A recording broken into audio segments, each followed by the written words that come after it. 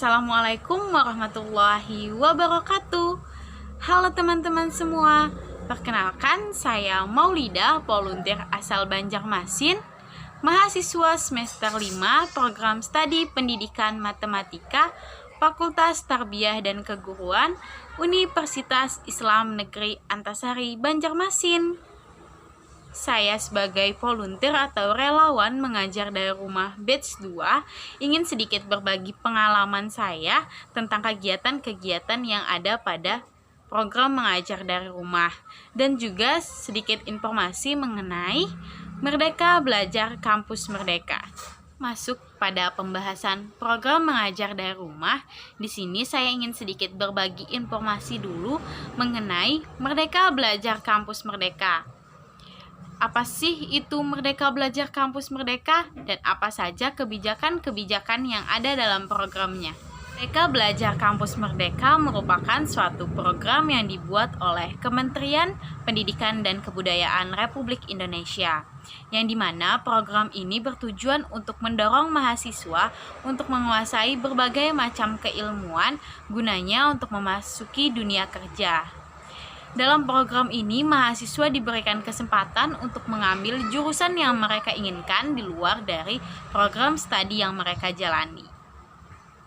Merdeka Belajar Kampus Merdeka terdiri dari kata Merdeka Belajar dan Kampus Merdeka, yang dimana Merdeka Belajar sendiri merupakan suatu kebebasan yang diberikan kepada mahasiswa dalam memilih program studi yang ingin mereka tekuni lagi selain atau berbeda dengan program studi yang saat ini mereka jalani. Nah, pada kebebasan ini, mahasiswa diberikan suatu kesempatan yang baik untuk memanfaatkan dan mempelajari berbagai macam keilmuan yang ada di luar dari kelas maupun perkuliahan yang sedang mereka jalani. Program Merdeka Belajar Kampus Merdeka ini, mahasiswa juga diberikan kesempatan untuk bergabung atau terjun langsung pada dunia masyarakat gunanya untuk mengetahui interaksi sosial secara real atau nyata dan mempersiapkan mental maupun pengetahuan-pengetahuan yang akan mereka lakukan saat mereka masuk pada dunia kerja nantinya. Jaran pada Kampus Merdeka ini memberikan mahasiswa tantangan guna untuk memberikan kesempatan dalam mengembangkan kreativitas, kapasitas, kemandirian, maupun kebutuhan mahasiswa guna untuk memasuki dunia pekerjaan, serta dalam pengembangan kemandirian mencari dan menemukan pengetahuan melalui kenyataan dan dinamika ataupun realita lapangan. Sebenarnya konsep Kampus Merdeka ini sama dengan Merdeka Belajar, yaitu memberikan mahasiswa keleluasaan selama 2 semester paling lama pada program belajarnya untuk melakukan kegiatan di luar kelas.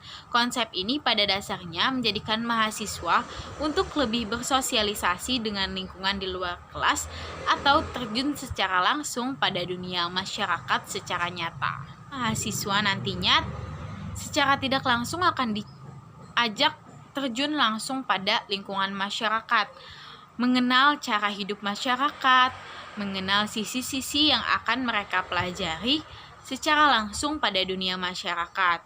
Ini bertujuan untuk mengenalkan adanya dunia kerja sejak dini pada mahasiswa, sehingga kemudian mahasiswa akan jauh lebih siap ketika nanti telah lulus pada suatu perguruan tinggi dan akan memasuki dunia kerja.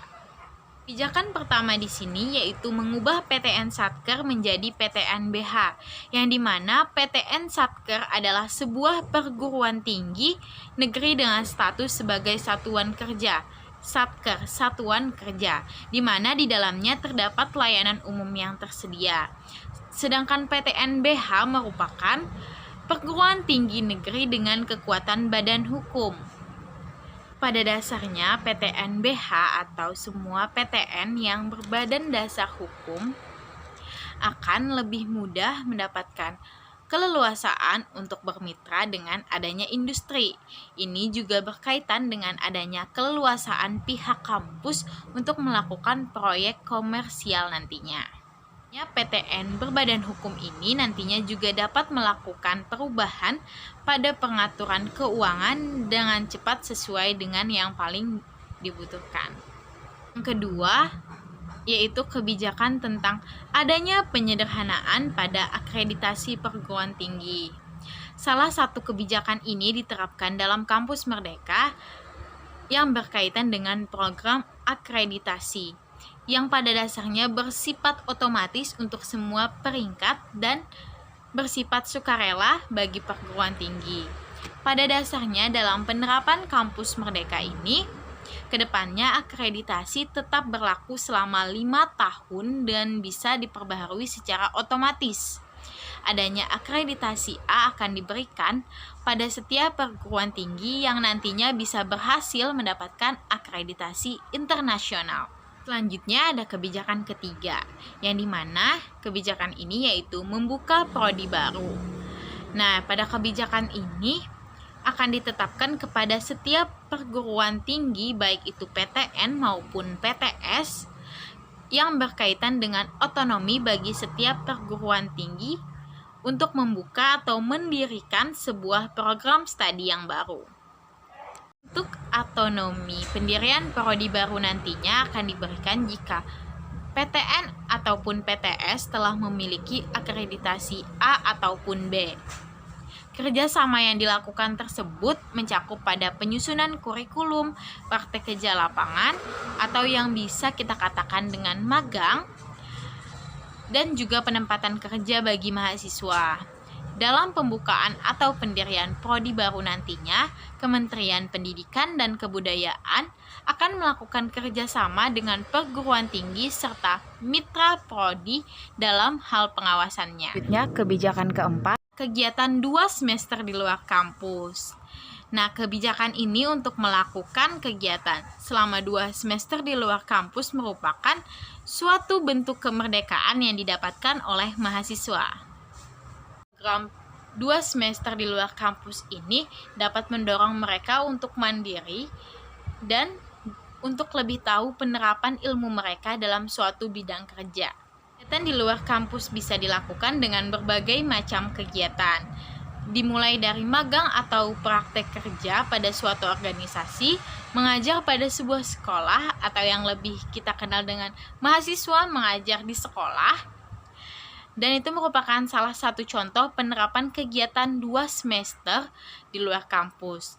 Nah, di sini bisa dilihat ini merupakan contoh kegiatan-kegiatan yang bisa dilaksanakan mahasiswa saat mengambil kegiatan di luar kampus. Merupakan 4 kebijakan yang pada dasarnya akan mendorong keberhasilan tercapainya program Kampus Merdeka, yang dimana diharapkan semua pihak tentunya ikut mendukung adanya kegiatan Kampus Merdeka ini untuk menciptakan SDM atau sumber daya manusia yang lebih unggul dan berkualitas.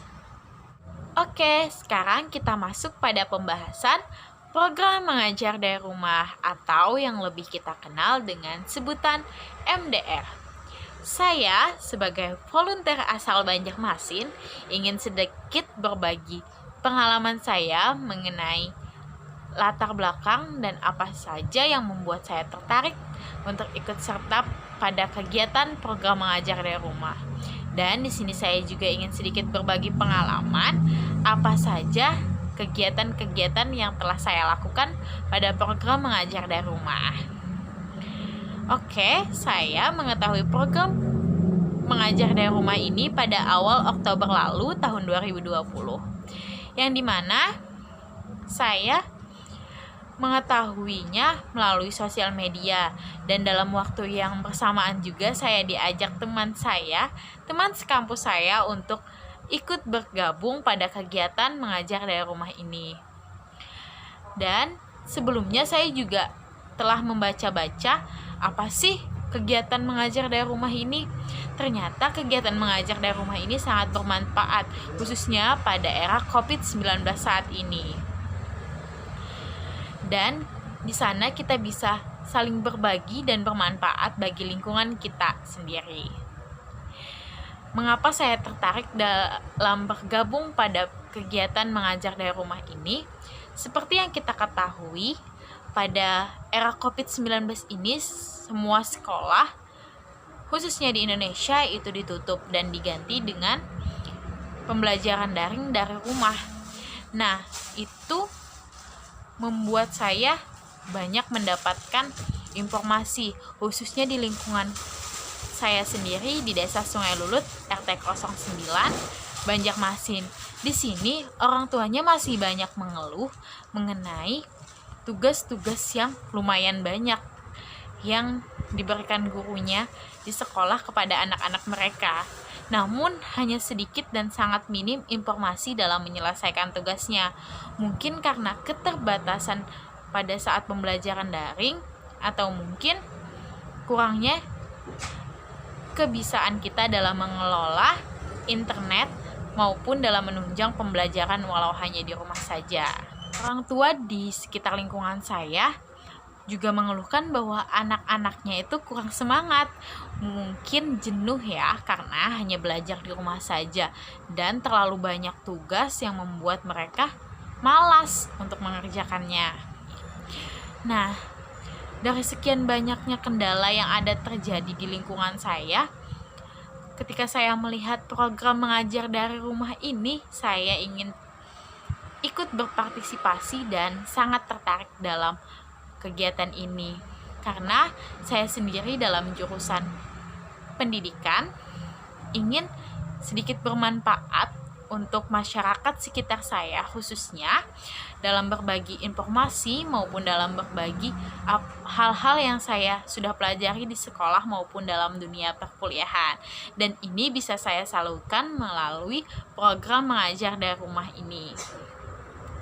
Lalu setelah saya ikut program mengajar dari rumah ini, ternyata dukungan orang tua murid atau orang tua dari anak-anak di lingkungan saya itu sangat baik dalam meningkatkan pembelajaran anak-anak mereka.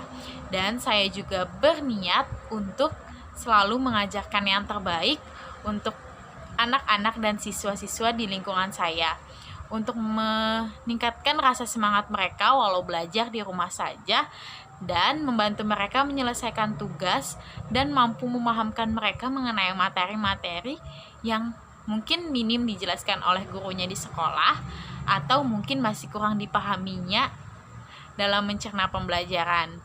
Nah, di sini saya bertekad untuk membantu dan bermanfaat bagi lingkungan sekitar saya. Sasaran yang saya ajarkan dalam program mengajar dari rumah ini seperti yang saya ceritakan sebelumnya tadi, yaitu pada lingkungan saya sendiri, yaitu Desa Sungai Lulut, RT 09, Banjarmasin, yang dimana di sini banyak terdapat anak-anak didik dari berbagai jenjang pendidikan, mulai dari TK, SD maupun SMP. Dalam pelaksanaannya biasanya jumlah murid itu ada 3 orang maupun 5 orang, yang dimana per minggunya dengan jumlah sekitar 6, 9 sampai 13 orang. Dan siswa-siswa ini terdiri dari TK, SD maupun SMP. TK masih lumayan sedikit ya, karena mungkin pembelajaran daring pada jenjang TK itu memang tidak terlalu banyak. Namun saya tetap mengajari mereka seperti materi cara membaca dengan baik, main tebak-tebakan untuk berhitung, dan lain-lain. Dan untuk jenjang SD ini lumayan banyak, dan itu juga yang menjadi dominan pada program kegiatan saya mengajar dari rumah saat ini. Nah, anak-anak SD ini sendiri pun materi-materinya itu juga lumayan banyak. Dan ada juga anak SMP. SMP di sini juga lumayan banyak karena mungkin beberapa dari mereka masih sulit untuk mempelajari sendiri materi-materinya, dan mereka pun sangat senang ketika saya menawarkan mereka untuk belajar di rumah saya dalam berbagi informasi maupun dalam cara menyelesaikan tugas mereka. Untuk pelaksanaan program mengajar dari rumah ini, saya menyesuaikan dengan kegiatan saya sebagai mahasiswa aktif yang berkuliah di UIN Antasari Banjarmasin. Nah, di sini saya menyesuaikan jadwal kuliah saya dengan pelaksanaan mengajar dari rumah ini. Biasanya saya mengambil jadwal pagi atau siang menjelang sore hari, yang dimana harinya seperti hari Kamis, Jumat maupun hari Sabtu. Nah, pada materi yang saya ajarkan itu pun tergantung pada yang mereka inginkan. Namun ada beberapa jadwal yang sudah saya katakan pada mereka. Seperti anak TK tadi, saya mengajarkan materi umum saja, yaitu cara membaca, mengeja yang baik, dan bisa saja kita selingi dengan metode pengajaran tebak-tebakan atau cara berhitung atau cara menebak ini huruf apa dan lain halnya. Dan untuk anak SD, nah ini lebih banyak dan lebih dominan pada kegiatan saya. Kenapa? Karena mungkin di lingkup RT saya sendiri, di lingkup lingkungan saya maksudnya, itu banyak anak-anak SD yang dimana mereka banyak mengeluh tentang tugas-tugas yang diberikan gurunya karena terlalu banyak mungkin, dan mereka pun kurang semangat dalam mengerjakannya. Dan di sini materi yang saya ajarkan atau yang saya bantu dalam menyelesaikan tugasnya itu ada seperti tema 1, 2, dan seterusnya. Dan juga pelajarannya itu seperti bahasa Indonesia, matematika, BTA, dan juga ada agama. Dan ada juga menggambar atau kesenian. Dan kesenian ini merupakan salah satu hal yang mereka sukai. Nah, fotonya bisa dilihat di sini ya. Nah, dalam kegiatan yang seperti ada di foto ini, saya sedang mengajar kesenian dan ini hasil dari gambaran mereka. Dan untuk pembelajaran matematika sendiri, saya menggunakan metode pembelajaran permainan, biasanya main tebak-tebakan dulu, melatih ingatan mereka mengenai materi yang telah diajarkan oleh gurunya. Nah, dan untuk anak-anak SD ini mereka banyak memiliki tugas, dan saya selaku pembimbing mereka dalam program mengajar dari rumah ini membantu mereka menyelesaikan tugas-tugas mereka sendiri, seperti tugas bahasa Indonesia. Nah, untuk bahasa Indonesia sendiri saya menggunakan metode bercerita maupun metode ceramah untuk menjelaskan kepada mereka tentang kegiatan-kegiatan yang ada pada materi mereka. Dan untuk pembelajaran BTA maupun agama, saya juga sedikit menjelaskan kepada mereka melalui cerita. Seperti agama sendiri, saya menceritakan tentang sejarah-sejarah agama Islam dan lain halnya. Dan juga pada materi BTA ini saya sedikit mencontohkan cara menulis Al-Quran dengan baik dan memberikan mereka ruang untuk mereka sendiri mempraktekkan cara menulis Al-Quran dengan baik. Nah, ini salah satu contoh cara mengajar saya. Nah, untuk anak SMP saya juga mengajarnya seperti layaknya teman. Kenapa teman? Karena SMP sendiri tidak seperti jenjang TK maupun SD yang suka dibimbing. Namun, kita bisa mengajari mereka melalui pertemanan. Seperti pada materi sejarah, kita bisa menceritakan, oh, dulu itu negara Indonesia ini seperti ini, dan awal merdeka atau sesudah merdeka itu seperti ini, dan mereka pun sangat antusias dalam menyimaknya. Nah, ini salah satu contoh saya menjelaskan kepada mereka materi sejarah. Nah, untuk materi matematika sendiri untuk anak SMP, saya juga melakukan hal-hal tebak-tebakan dulu seperti awal tadi untuk mengasah ingatan mereka pada materi yang diajarkan gurunya sebelumnya. Namun ketika ada pelajaran yang lumayan sulit, saya sedikit menjelaskannya dulu, lalu memberikan ruang untuk mereka, oh ini berapa nih hasilnya. Nah, seperti itu. Dan itu juga sangat membuat mereka antusias, karena di sini saya melakukan metode pengajaran yang membuat mereka lumayan aktif, tidak hanya mendengarkan penjelasan dari saya, namun ikut mempraktekkan apa yang telah saya terangkan. Analisis kegiatan sebelum dan sesudahnya, saya bisa melihat bahwa awalnya mereka tidak hafal perkalian 2 sampai 5 menjadi hafal perkalian 2 sampai 5. Dari tidak hafal perkalian 6 sampai 10 mereka bisa hafal perkalian 6 dan 10. Dan awalnya tidak semangat, mereka bisa semangat dalam belajar. Dan juga kegiatan ini yang awalnya tidak mereka sukai atau pelajaran-pelajaran yang tidak mereka minati itu bisa mereka minati saat belajar.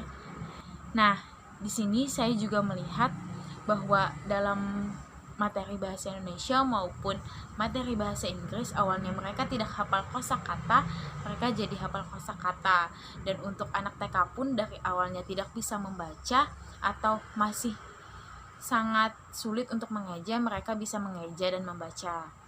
Dan juga saat mereka tidak paham pada tugas rumah, saat ikut belajar pada program ini mereka menjadi paham.